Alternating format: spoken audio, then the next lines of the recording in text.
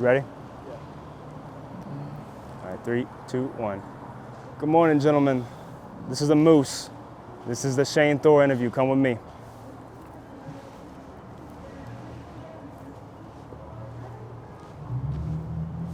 Is he following me?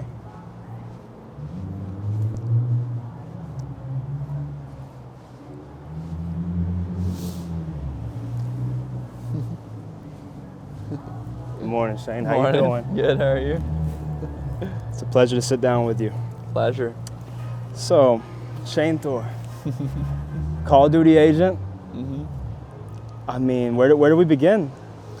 I guess we could just start with me sort of talking about like the whole story of like how I got into comp. And Right. I mean, I could just go through the story like quick and then Let's we start can just with go back and forth. what people don't know about you. Like, we've talked a little bit, Yeah. but so you started COD agent through your university, right? Mm-hmm. I'd say we start there. Yeah. So when I first got into my school, Cornell, I wanted to do something like competitive gaming. I was like already in the competitive COD scene, just like playing XPs, wagers, whatever. But I had kind of heard of like there was something like college COD related starting. Like I'd seen it around. So this is like around season 0 college COD? Okay. Yeah, and we were actually in season 0. My school ended up being in it. But it was just me, one guy from my school. Our team was like CCL, I think we were CCL white or CCL black. They had colors and everything. That's what I've yeah, noticed. because it was just like, they allowed you to be like hybrid schools. So we were with like guys from other schools too. It was just all college kids. But I basically talked to JP Krez, who had graduated from my school, and he connected me with Lonely Doc or Brett, and said like he was trying to get some stuff started. So him and I started talking, we started playing COD together, and we decided to like officially start the Cornell Call of Duty program. Yeah. And it was just us two. Like, we were the only people in it for a while. Yeah. But then like in the spring, we ended up getting one of his other friends who played COD, and then just 2 other guys, because it was 5v5 then. And we ended up having a team, and we were not that good, but it was just really fun, and that's kind of like what got me more into like the Twitter side of it, you could say, and more involved in that. So this is like the beginning of the Shane THOR Twitter, right? Like. Yeah, so I played comp, like I went to Vegas and Black Ops 4 and stuff, but I don't know, it was kind of like all at the same time. Like I started doing better as a competitor, and then I also started getting into college COD. And me and Lonely Doc decided we had an idea actually for like scrim finding, because we were like, it's so hard to find teams. Okay. I was always thinking, where's the first thing I heard like Call of Duty agent? Yeah. It was scrim finder. That's exactly. So we wanted to be like a team finder and scrim finder. That's kind of what like the agent name is. So we're gonna be like everyone's agent to help them find teams and like scrims and stuff. Y'all would like retweet stuff, like automatically retweet stuff, right? Yeah, so manual. Always manual? Oh, yeah, we never had like a bot for it. Now I remember. That was like, I think I actually did like, because I just wanted to see for fun if y'all would like retweet it. It was way back in the day. Like I remember I like added it or whatever, and I got a retweet. I was like, that's impressive. Yeah, so we did like, I would work I think he would work from 5 to 9, and I would work from 9 to 1 every night. Yeah. I think we took So this Sundays, is just like 5 p.m. Yeah, I think we took Sundays or Mondays off. We took one day off, but that was it. And literally would just find anyone who was tweeting for a scrim, DM them and be like, we'll find you a better scrim than like whatever you'll find on Twitter. And we had like this basic like back end system where like we would put their Twitter ad in. It would give them a starting elo based on how many followers they had, which we found is actually a pretty good like marker. Oh, the followers are. Yeah, that's how you know it feels like. And then we would match them against a team of similar skill, and then as they played more matches in the system, the elo would kind of work itself out. Yeah. But at our peak, we ended up peaking in like Modern Warfare. We were finding like 150 scrims a day, like setting up. Like, and so y'all were like the middleman. Like, yeah, would, like, and so that really like just grew our Twitter page to be like 4,000 or 5,000 followers. And then people kind of asked us to start doing tournaments. Yeah, so this was done on the like Call of Duty agent, like now Twitter. Same Twitter. Yeah. So it is called Call of Duty agent and everything? Never changed it? Yeah, it's always Call of Duty agent. That's a good way to start it. Yeah, different logo and stuff, but always with the hat and that, but it had like guns around it and stuff. which like longer term investor stuff is a kind of a no-go. So swapped that, but so that was done, you said, like through the school, right? Almost like so the business side of it was started through the school. They gave us like $5,000 to start it, incorporate it, do all the lawyer stuff, and then just kind of do, basic marketing, like all that kind of stuff. But $5,000 isn't really like anything to like actually start like a website and stuff. So over the years, we've ended up getting other investors, and like I've put money in as well that like I had from other investing.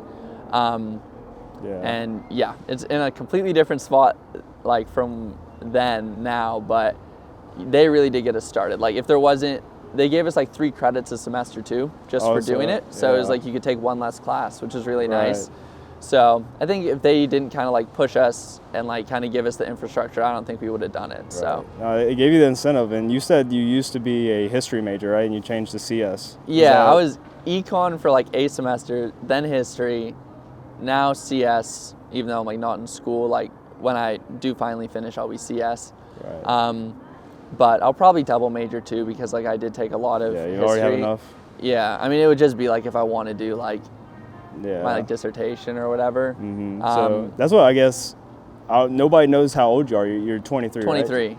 So you're 23, and you have such a known like business almost, but nobody I feel they know you, but I feel like you're so like under behind the scenes almost, right? Yeah, I almost put nothing personal out. I used to do a lot more, but it's more like once it kind of became my job, I started putting less personal stuff out. Not because like security reasons or anything, like Shane THOR, my name's, anyone can find it. My name's Shane Thorstensen, so you can find it. Like it's not like it's to hide anything personal, but it's more of just like I get off Twitter now when I'm, like when my day's that's done. Your business. Like, it's my you're job. on there for like you stop seeing it as like a personal thing. You're like, when you're on there, you kind of have it's like work almost. Yeah, so I'm still like love my job and work like way more hours than I would at a normal job because I'm like really passionate about it. But when I'm off the clock, I'm off of it. Disconnect. So it's like, when I go on a trip or something, I'm kind of just like try to get away from it. So I'll post sometimes, but not as much because like once that switch kind of happened. So in terms of scaling of Call of Duty Agent, you started out with, you said you and another guy. How did it grow from there? So it was actually 4 of us. And it was 4 out of the 5 people of the Cornell Call of Duty team. Now, 2 of them like kind of step back a little bit. They still have a tiny bit of equity, but one of them works at Microsoft now, has a really good job. And then the other one, he's getting his master's in math, actually his PhD in math. So he's just like super smart guy. He helped us a lot with like our initial algorithm for scrim finding and all that kind of stuff. But once it switched to like we're trying to scale it, it could really only support like one full-time person. Once I got in the esports space, it's like it really is hard to like have people on full-time salary. Yeah, exactly. And those guys, all graduated with incredible degrees, and it was like they were just gonna get a good job somewhere else. You're gonna outgrow it eventually. Even my partner, Lonely Dog, works another job too. And he just helps when he can, basically. Because like, our guys didn't want to be admins if they're going to work for us. They wanted to be like software engineer or something like that, but there's only so much room. Exactly. So, and they were fine with it. There was never any like beef or anything. Like they're all so cool, and I still send them like quarterly reports of what's going on, still talk to them all, but they kind of just step back. But yeah, basically got some investment from myself, my partner, and then we had an outside investor come in about almost 2 years ago, and that kind of like started kicking up the development of the website, where we're like, okay, like we can actually like try to change this from just being like a Twitter tournament company into something like a lot bigger. And then had some more investors come in about a year ago as well, and I think we should be completely good on investment now. I think we're kind of like where we need to be. But that kind of helped it scale to be like something where we have like, we do now have like 4 full-time and then like 5 or 6 part-time admins. I'd have to count them individually, but yeah, so it's decent size now. People But, I feel like yeah. they underappreciate like the OS to be able to run, like, you know, like they use like Challenge or whatever, but like yeah. they underappreciate like how many like Twitter leagues are still kind of ran or whatever, but actually having like the website and ability to run the tournament through it is actually really tough, and also it is so complicated. That's where you actually provide value to where somebody would want to come in from the outside and invest. Yeah, because it just automates a lot of the process. The subscription service is a big thing too, that it helped like basically enable us to do. Like again, you could do a lot of that stuff with like Discord now, or like Patreon. Like we actually did our like trial for it just through Patreon, for our subscription, like when we first started it. But you know, if you ever really want to scale anything, it kind of has to, you know, you just look at your competitors like Game Battles, CMG, UMG, they all had it integrated. So it was like if we ever really wanted to scale, we were going to have to match that or do better. So we kind of knew where we needed to get with it. So how did y'all grow in the same kind of ecosystem as like a CMG and Game Battle, even though the Game Battle was XP? But yeah, well, I mean, when we first started hosting tournaments, UMG, Game Battles, and CMG were still all hosting. And so it was a lot like trying to figure out like a niche, but we kind of did just come, like it kind of like created itself. Because I was still competing in challengers too. That's what I think for the players, by the players is like an important thing. Like you don't know the people, it feels like a lot of times, that are creating those other websites, just like, you know, software guys who just made it and they don't really care about COD. Like, actually having your personal like feel to it is like it's huge. No, and I loved it too, because like when I was playing challengers, I was like, I wish there were more of these tournaments. Okay, throw them up. Like, do you play in your own tournaments? Yeah, I do. I never admin my own tournaments, and luckily, like, no one's ever accused me. Like, my teammates have accused me of being like biased against our team. Like, if it ever came down to like a 50-50, like I'm giving myself the L. If it's like a genuine 50-50. Which some of my teammates did not like. But I was, you know, that is the issue of like bringing your personal side into it. You do have to be professional. And stuff, you definitely have to err on the side of being like biased against yourself, because even if it's 50-50, people are going to accuse you of stuff. Right. Which definitely sucks, but I still had so much fun playing tournaments. Yeah. So when I started hosting tournaments in Modern Warfare, which is the year I competed the most, Game Battles and CMG both allowed suppressors on their guns for like half the year. They still do that too. Like they don't update rules. Yeah. Is that the niche that y'all found? And so I was like, I'm playing in challengers, like two of my teammates work like full-time jobs, so they can't grind as much as like us other three can. We want to play 3v3 S&D tournaments just to build chem, and the only tournaments we can play, we're playing against kids using suppressors. Not even run the real rules. So I was like, we'll just start hosting some like 3v3, 4v4, 5v5 like GA tournaments, just even S&D. And there's like a lot of interest in it just from variant kids. And then once the pots got big enough, S&D kids were like, well, the pots are big, so we'll play too. And we kind of just did that all the way from like Modern Warfare and Cold War. And then, you know, the other kids were like, you should host just normal tourneys too, because like, you know, you guys are better on cheating and you're better on this, so like the other side of the scene wants like something to play too. So we kind of just started hosting everything near the end of Cold War. And kind of where it really like kicked us off too was Black Ops 2, when that plutonium mod came out near the end of Cold War. I remember that. Somehow, I don't even know how, we got in contact with the devs of plutonium. Really? And they kept us in the loop on everything. Like, this is the day we're releasing, this is what our rules are going to be, like we can make you a custom S&D rule set like in the game, like all this stuff. That's big. And so right when it came out, we were like, boom, kickoffs, tournaments. And we had like 30 teams in 2v2 tournaments in like July, which is like the dead season. And it really kind of like blew our page up to like a lot of the other S&D kids right before Vanguard. Because that brings in like, you know, the people that like hate the new CODs almost, and like I get to go back and play with the old COD, and then you get the people that are never got to play BO2 competitively. Like, I still really haven't, honestly. Like I never played Plutonium, and then like I didn't until then. And they've shut it down now, right? Or they had to. No, you can use it, but you just have to buy the game with it. That's why, because I never played it competitively, and that's like, so you're bringing two markets together almost. And honestly, like that's kind of been our biggest niche too, is that every off season we do really well. Like we host like the throwback games and the switches and like all that stuff like better than anyone, to be honest. So yeah. Does CMG do throwback? They do them here and there. They just were always big on Black Ops 4, and they host, like, people challenge CMG on all the throwbacks, but we definitely had like some of the biggest tournaments for throwbacks, like consistently. And, you know, it kind of just made it so that like all the variant kids wanted to play us, like the S&D kids would play us no matter what during the new game, because like big prizes for kickoffs. And then all the kids that like the old CODs like playing kickoffs at least in the new CODs, so then they would play us too.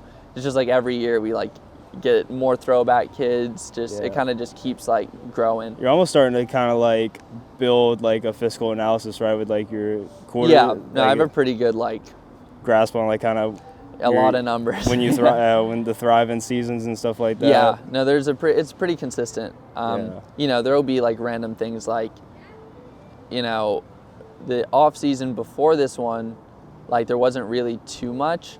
Like the Vanguard off season, but like 2 years ago there's Black Ops 2.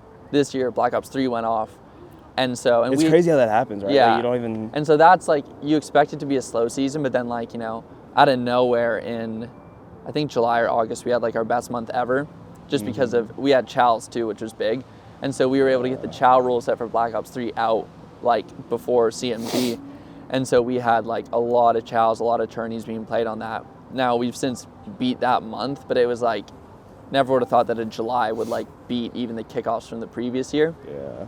So, you know, there's a lot of random stuff, but it is pretty consistent on like at least like a curve side of it, like when it goes up and down. I'm guessing towards the end of the game cycle is kind of like the deader time, I would think. But I don't know, it's kind of weird because it just kind of changes like the end of games. Instead of it being like 30 tournaments that run a day, it'll be like a couple big tournaments that run.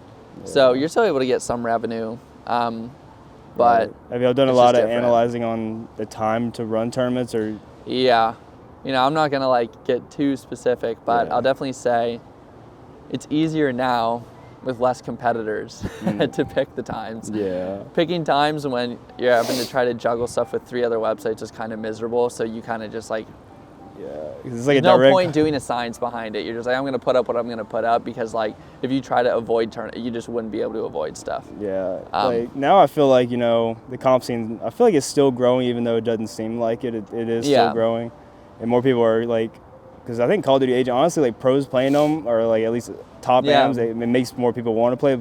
And like a person like me, I remember, you know, the COD Agent curse. Like I finally beat it. I remember. But dude, like I was playing. No, Riv and I would talk about that. Dude. All day. We loved it though. Bro, it was fun. I mean, I invested a lot into COD Agent. I should probably have equity after that. Like that was like 8 months of literally like I'd play like a few times a week. Like like the like hardpoint tourney, like the one in hardpoint. Yeah, so you're playing those all the time. And then I got you to make the Noah Beasy tourney. Or I don't know who did it, but the Noah Beasy's tourney.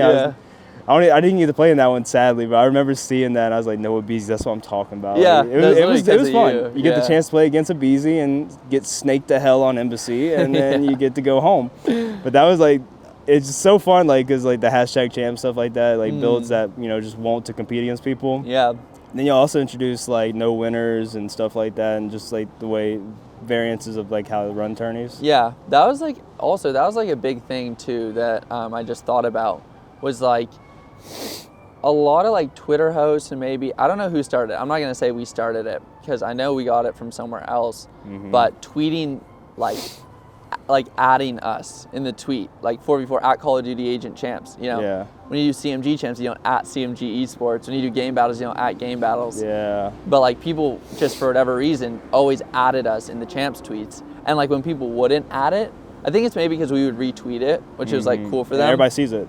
So it's like, but it also helped us grow a lot, because like when somebody big would win it, it'd be funny, like, they'd be like, what is this? You know, like a top challengers team would win a huge tourney we did, and maybe one guy on their team like played our website regularly, and they would tweet out like 4v4 COD Agent Champs, but like not at us, and like their teammate I would see in like the winners chat or whatever where we'd pay them out, they would be like, yo, delete that, like you usually add them in the Champs tweets, and I'd be like, sure, like, because like I think in one of the off seasons we were hosting Black Ops 4 throwbacks, and like Arcities, Gunless, like all those guys were like winning them and tweeting out champs with us every time, and we were gaining like 500 followers in a night, like just it was crazy like a format stuff. that like it wasn't even required, just happened. Yeah, so there's definitely a lot of luck with certain things that just like happened, but a lot of it's a long grind. But there's definitely luck. I mean, anything that's like somewhat successful, there's gonna be some luck involved at some point.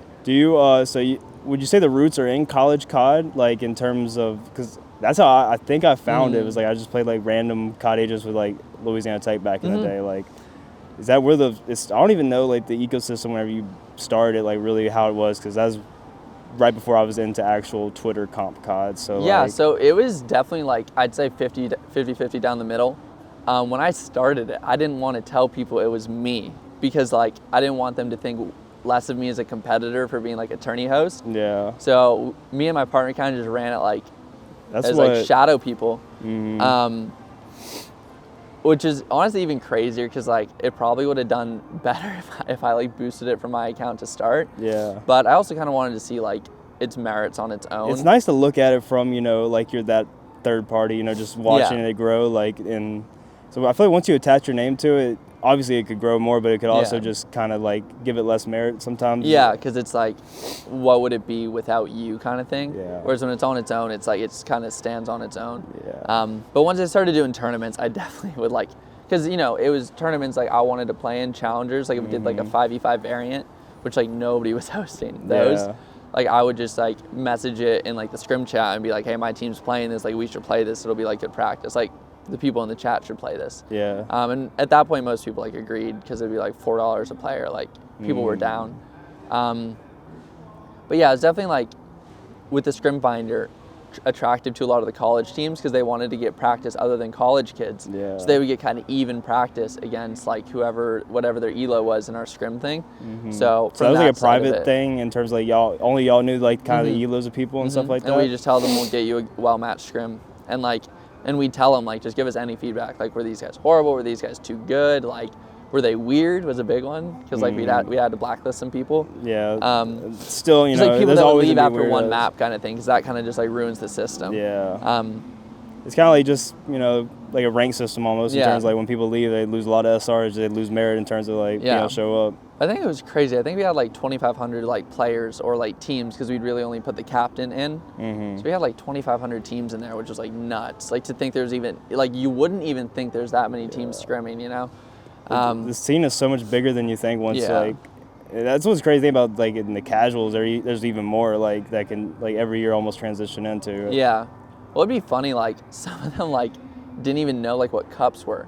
Like, we'd ask people like, oh, what are you scrimming for? They'd be like, what do you mean? Like, we're just scrimming. Yeah, like, just for passion. Like for fun. Yeah. I'd be like, whoa. Like, once you get like addicted to like playing for money and like playing for turn, like you're like, that's insane. But it's like, a lot of people are just trying to have fun.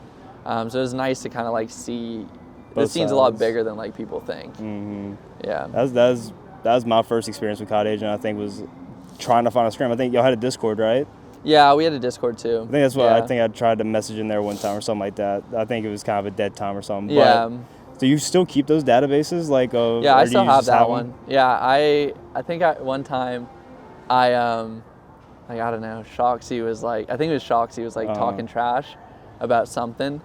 And I remember just like sending his COD Agent Scrim Finder record like in the chat thing, and I was like, don't act. Like, this is like a beef time. I was like, don't act like you were high tier. Like you're literally like using us for scrims like in Modern Warfare. Like because he was trying to say it was just funny. That's so fun. Like look back on like people like I don't know if Dan Ghosty, if he ever did much with COD Agent back then, because I know he was in college COD. I remember scrimming him. He played tournaments, but he definitely like, I don't know, he's always been he was super like everyone like respected him because. Like, he did crazy stuff when he was, like, 13 in AW. Yeah. Like, crazy stuff. You don't appreciate, like, you don't really notice how long he was around the scene. Yeah. Almost. But then he didn't really come back until Modern Warfare. And, he just teamed with, like, whoever he could team with and just kind of, like, climbed up the ladder as quick as he could. He was always, like, insanely talented. But it was just, like, it's hard to come back to the scene with no pro points after so long. But yeah, I mean, he pretty much just climbed straight up from there, like just from when he started. But he really started back in like the T64, T128. Like, that's crazy. Yeah. That's so crazy to think about. And then you also, when did you actually get into the college COD space, running your own league on the side? Yeah, so it was in, I think, 2021. So was Vanguard the first season that CXP? I think CXP ran like a summer league in Cold War. We weren't involved yet. And it was like Garrett, Orion, and Jan Megatron or Jamie. Mm-hmm. They were both running it. And they were kind of just running it as like, some people had some issues with college COD. You know, don't have to get into any of like specific beef or whatever, but there was some issues with like, you know, like online transcripts, whatever, just random stuff, or like didn't host enough tournaments. Like Scully teams compared to non-Scully. Just random stuff. That's honestly kind of just an opinion thing. But there was a want to like have just a competitor almost to them, because I don't think NACE was in it yet either. Yeah. So they kind of just started it to host like tournaments and like smaller leagues. And it was always like no scholarship schools, period. And so like even when we took it over, it was just kind of meant to be like a D2 to the CCL, like a true Division 2. Yeah. And we ran 50 schools last year. We ran like 40 schools in Vanguard, 50 schools last year. And then this year with the college COD stuff, we decided to just like create multiple divisions, so we have a varsity one too. Really? And now we have like 80 schools signed up already, which like this time last year I think we had like 25. Yeah. So did you feel that need to kind of fill the gap that college COD? Yeah, we were definitely like, I mean, a lot of the high tier schools wanted us to host like a league anyway, like allow them into it. But we were just like, nah, like, you know, it's not worth competing with free entry $50,000 prize. Like, we're like, we'll just keep our niche. Like, it's cool. We're providing something that people actually want to play, not like a second tier thing to something. Yeah, and that's like, I feel like, because whenever I first got into college, it was it was Cold War, and like that was the big thing, was like that there was so little scholarship teams. So like it was so you just wanted to play in a league where you didn't have to face, you know, because like it was like you had the Ottawas that were just like, you know, you're gonna go ahead and just you're playing for third place almost. They had like, that's when you had two main teams, so like before academy and all that stuff. So like you pretty much knew you were playing for third almost. So that was something I wish at Louisiana Tech we would have played in something like that, because that'd been something you feel more competitive. Like, you know, everybody's kind of on the same level almost, unless you know you just have your one-off players like, you know, Ghosty going to Illinois. Or is it Illinois or Illinois? Yeah, well, we even had Illinois. Oh, actually, no, Illinois, I think. I hear both. I don't know. I don't know entirely, actually. But you had like those type of players. But like, it's cool. It was cool back then. Like, you got like the 47s that would like 1v4 teams and stuff like that. Like, that was what he was so good, dude. I just loved watching him. He would play our tournaments too, like with his variant teams. What happened to him? Do you know? I don't know. It's like a legend of him almost. Like, I remember watching Cold War playoffs with. It starts with us. I don't remember who his teammate was, but like they were solid 2v4 for sure. Maybe 3v4. It was like I forgot his name, but like he was like me back in, like, he wasn't the best player. Like, because I wasn't the best player in Cold War, and I made him look a little bit bad. So like I remember 47 just dropping like 40 plus bombs every game. Like, it was so fun to watch that back in the day, especially when the Scholar teams didn't like in that. I mean, where guys could really just like carry their teams. I mean, the teams are so stacked now, it's kind of hard, but obviously overall better for the scene. But it was just like during that time, it's definitely fun. And honestly, Cold War, I felt that too. Like, I don't know, like I was the only one who like played like serious comp outside of like college, and at the start I literally felt like, you know, could have crazy carry maps, like do insane stuff. That was so fun to like see. It was so nice. And then, so you started in MW 2019 with COD Agent, right? And then obviously there was the crossover to PC and dealing with that was a big marketing thing too, like dealing with cheaters. But it's funny, I remember at the start of Cold War, like Game Battles was the only site that required streams permanently. Like, with Game Battles, really? Yeah, and everyone was like, I'm sure everyone's gonna stream. That's so stupid. That's the stupidest rule in the world. It's such a weird thing to think about, right? Like, and we allowed them always on request. Like, you could always request a stream from someone, and we even went full out. Like, you can always request a stream, a monitor cam, a PC reset. So people liked us that you could request PC resets. But at some point in the middle of the year, we required just streams always because we realized, dang, it's a problem. I don't even think it's the middle of the year. I think it was like a month in. Yeah, because like now I feel like back then, like I was the same way. Like I remember my first channel, I was like, I got to stream. Like it was like you don't even think about like that being a requirement. And now like it's almost if you play comp, you know you have a Monty cam ready. Yeah. So like it's grown like. And I feel like every other does any other scene have Monty cams and stuff like that? Or are we the only game? No, they do. So Halo does a little bit, like if it's someone really sus, but they don't even like. You know, it's so crazy. Like, we still run Halo tournaments, and like, we'll run like a 10-team Halo tournament. 0 chat requests the whole tournament. It'll just finish. Nothing ever sketch and nothing happened. Just no one needed a timer. No one asked for a stream. Just played it out, won. Okay, have a nice day. Like that's that. Whereas COD, it's like there's a 10-team 4v4 tournament. It's gonna be like 10 requests because they're all double elim too. So yeah, no, I mean it's just different, but I mean there definitely is a lot more cheaters. I think the nature of COD 2 is like so individual based that like, you know, in a 2v2 wager, like a 2v2 tournament, one guy cheating can win the game for his team. Whereas in Halo, one guy cheating, it's so team based, so team shot based. Like one guy cheating against a decent team of 4 is gonna lose every time. Yeah. Whereas in COD, one guy cheating, if the teams are kind of even, can win the game for his team. You can play like, you can say COD timing, you know, stuff like that. Yeah. And then like, there's so many different ways you can do it, you know, TV radar. So I think it's just like, sadly, a game that's like perfect to cheat in, as far as like, it gives you every opportunity. Benefit from cheating. Yeah. I think last year MW2 kind of opened it up with, you know, everything with the loud and CQ. Yeah, like you can just say you heard them, and you can't. As an admin, you can't be like, no, well, you didn't. He could. Yeah, so like, what are you gonna say? Everything's plausible. Almost, it feels which like. Sucked. Yeah. Yeah. This year it's better. Although like, the fact you can hear YYs and hear people aiming in. It sucks. It's like, come on, we're so close. Yeah, it's like, it's so that close to being really great. Yeah. This game, I think it's brought a lot of people back. It's a step in the right direction, for sure. And then, how'd you deal with that on like an admin side? Like, do y'all have like PC checkers like ready? What takes the, like, because you can't PC check everybody every time somebody says they're hacking. Yeah, so honestly, the problem with like PC checking is the more you do it, the less effective it becomes, because like the more people know about it, the more people tell their friends. They see your methods about it. Like while you're checking. Then someone sees this method. I mean, we don't tell them, but like they can see. Yeah, they watch it happen. They take notes or like screen record. So we will still PC check, but even like if someone doesn't stream, and they're like just PC check me, no, like PC check is an extra measure. But it's not a replacement for anything. It should be something that you're always like, that could happen. It's not like you know it's gonna happen. So like you just gotta stay on.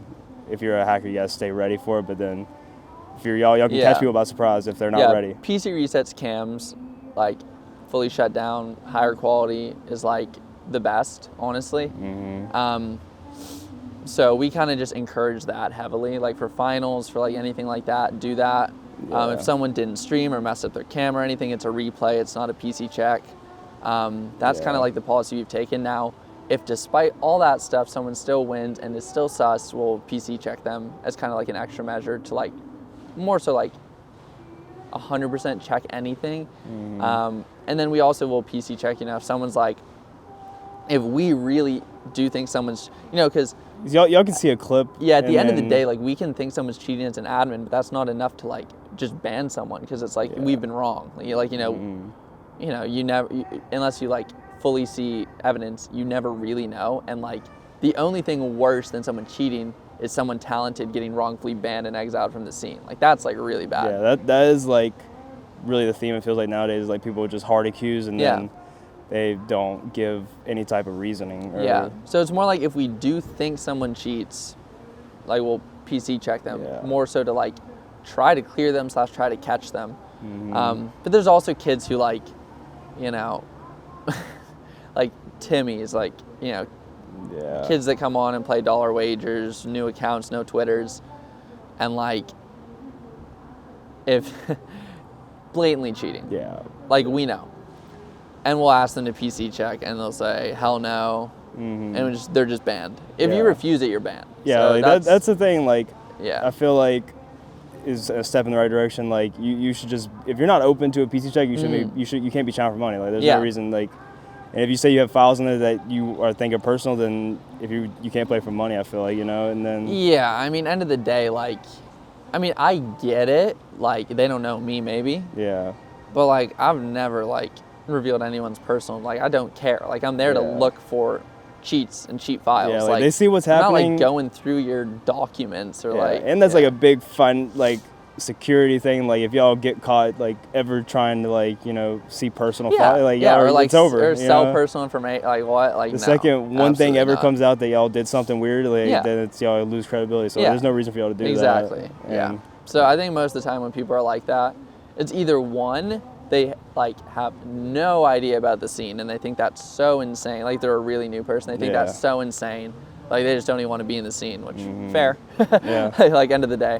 But I think a lot of the time it's just like they are cheating and they're just like they're gone. Yeah. And that's the thing I tell a lot of like really good players that are getting accusated. Like it's not that hard to go to Walmart, get like a $35 webcam, stream every time you play with a good Monty cam, and you're eventually going to get merit. But like there's no reason to like keep on being the same sus dude that like never gets caught, but like they don't go to LAN. That's what I'm glad the LANs are starting to make more like give you more just merit. Chances. Yeah, it's like you can go out there and if you perform at LAN, then because that's a big thing I think ever since like the Columbus LAN. Like I've just now started getting into like actually being there and stuff, but like you actually like kind of have like a group of people that like everybody knows they're legit. Like like now you're just more comfortable challenging people online in between LANs and getting real scrims. Like that's something that I feel like it's kind of, I guess, expensive to go to LANs, but like eventually I feel like they will start being able to like more LANs and more locations and stuff like that, or at least touch every corner almost, at least if you have that opportunity to play. Yeah, I mean, I live in Cali. It sucks that there aren't that many LANs here. That's what I've noticed. Contender Irvine started to host more in like Southern Cal. Yeah. But it's just like tough because if you host in Texas, you kind of get people from all over, plus people in Texas. Yeah. If you host in the Northeast, it's like there's so many people within driving distance. It's easy. That's what me and Paint, whenever I interviewed him and stuff, he showed me actually like the map of locations of the colleges in College CUT and like the location of players, which is really realistic to what you just said. Like the West Coast, there was so few schools. Like it's like so scattered, and then all of a sudden you get past like the Central. Just like insane amount. Yeah, like he showed me like how the regions were like properly like separated and stuff. I was like, there's such a scatter. Like I don't even know how you. Cause like it's criminal some of like the locations that are in the same region because they have to be because like West, and it's just crazy to me. Yeah, I don't know. We somehow did like a really good job and had like perfectly balanced regions last year. But again, we had one division. Yeah. And it made it very easy. Having to manage regions and divisions and we'll see. I have a plan. It looks like it'll be good, but who knows with like the last minute schools that sign up and stuff. But either way, I love the CXP stuff. I love the idea of like league matches plus tournaments. Like, I mean, I think that is like the future of like all sports. And it's really like modeled off the Call of Duty League, where it's like you have league matches that give you points and then tournaments that give you a bigger boost. Yeah. Even the NBA is doing it, they have mid-season tournament. Like, it just keeps you as a fan even like way more involved because, even if your team's doing horrible, if they have a great tournament, they're still in it.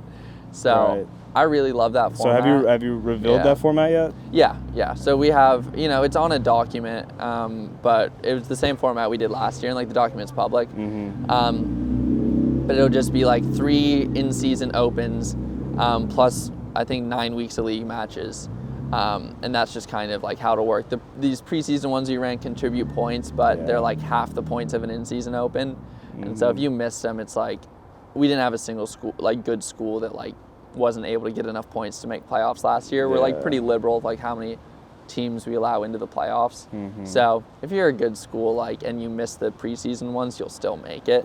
But it's just something fun to play. Like if you on the flip side though, if you win some of these preseason ones, you kind of like set your season up.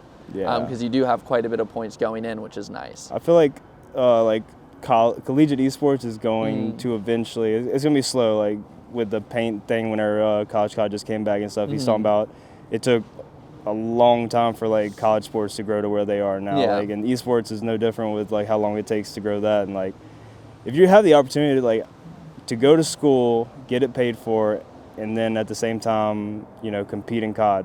Yeah. Like that's a big thing. I feel like eventually the value will be shown there. And that's kind of like this. I'm glad this is my first like full year covering college COD and CXP and stuff, because like whatever you allow me to do with CXP and stuff in terms of covering, I want to like. So I'm gonna like make sure pretty much once I get up to Boston, I want to cover like be there on the weekends and stuff. Like I haven't lately been able to be there for like the Sunday Opens and stuff like that. That's something like I almost want to like not full-time streamer, but like stream way more often and like actually provide, because I'll have a studio and everything and provide stats and stuff like that. Like that's why I want to bring more coverage to it. That's like I'm excited about the first year really covering it. We're excited to have you. Like all the coverage you give is amazing, because I've talked to you about it. It's like it's hard to like in-house do that kind of stuff like for like someone full-time or whatever, but like you make such great content anyway. It's like, you know, if you want to cover it, I will let you cover anything you want to. This is like my first year. I really want to like, because make sure CXP gets the most, and then college COD, they already have a mainstream, which like that's why I can put more focus into CXP, but then at the same time I can also do side streams for college COD. Can like you can cover it and like cover the content, like do cool clips from the stream, like I think it's gonna be a really good year. I'm very excited for it. Oh God, I had something else I wanted to say on the college stuff. I'm trying to remember. Is there a CXP LAN coming? No. To be determined. It isn't like a no. We're talking to someone, but it does require like, basically it requires a sponsor. So we're trying to work with this sponsor, because otherwise it's like the cost of the LAN, like the prize pool for the league would be so little if like you had to put all the money into the LAN, that it just almost wouldn't be worth it. So that's what people don't like. That LANs are really hard, you know, to put together, all those little things, all the stuff you got to check the boxes on. And and especially for a playoff LAN where like the teams aren't paying, like, you know, our entry to CXP is $100 and $200. Like a normal LAN team pass is like $350, $400. And so it's like we're basically putting this LAN on for free with no team pass money coming in. And so it's like, it's tough, but we're trying to work to get a sponsor for it. Because I definitely, you know, I would love to be able to do it. That's amazing. I want to make, this year I want to bring more value to it, like make it more marketable in terms of like, I want to make sure like players are highlighted more. I want to do with like season, do merch collabs where I get like players and like they have their like little mini line that has like a very small amount of like items, but it's kind of like a mini like MLB having a jersey, but not a jersey. Like they actually are in the creative process of making their own merch. Like design and stuff. So I want to make like more people marketable, like, because that's whenever college sports, whenever the last few years when they made you could have like contracts and stuff like and sponsorships. I think that's because it's been a huge thing. I wish I was in college playing sport, playing baseball whenever that happened. But like this year, I really want to make it more marketable. Like more people, investors can see like the product and stuff. Because over the years, I feel like it's kind of gone unnoticed. There's a lot of value there. I mean, you know, like we even talked about like Lurid 47. Like so many people were so interested in him, but like know nothing about him because they're just like, what wasn't anything really. Like wasn't much content to post other than just the streams. One thing I did want to say too is I really do think that like college is kind of the future for a lot of it, because even for amateur sports, it's like all colleges want to do is provide stuff for their students to do, like fun stuff for the students to do. That's like, they can put a lot of money into that stuff, because like end of the day, if you're able to provide a club or a place for the kids to hang out, like they are getting a return because it attracts more students who will pay yearly. Like Challengers doesn't pencil out money-wise too well. But like schools having like a program, an esports program, actually does pencil out in a lot of cases. Less weird things happening in terms of like, you know, behind the, like, not behind the scenes, but you know, ringers, stuff like that. If you're actually tied to a university, they're going to make like, I hope eventually like, it might be a long time from now, but eventually, you know, schools actually adopt that system where like they're actually giving like scholarships. They don't have to give full scholarships, but like as long as they give people a reason to come to their school, they're bringing more money in, because like it seems like universities just almost like have unlimited cash flow, it feels like. So like eventually I want them to see the value in having an esports center, because like it's so like cool. Like there's a lot of people that go to college and they want like a place to go chill and play video games and stuff, and they don't have like those glorious setups at home. They want to go to a fiber center and like just. That's amazing. Play. I mean, I went to Butler because I visited my friend just for like a golf weekend. They're crazy. Yeah, it's awesome. Crazy. Yeah, my friend works there. He like works in the esports program there. And so I like met the like guy who kind of runs the whole program. Like we went out to dinner with him and my friend, and we were just talking and like, just the logistics of like how much the whole center cost, like how many new students they think it'll bring in. Like it really does like pencil out, like from like a business side, which like there isn't much in esports that actually does pencil out. Right. So like seeing that kind of stuff definitely made me believe in it, like believe in the college side of it more for the future. Yeah. I definitely think it's like a good thing. Yeah. Well, I guess honestly, it's been a good talk. Yeah, good talk. Definitely cool. Been a really good talk. Well, I appreciate you, Shane. Yeah, man.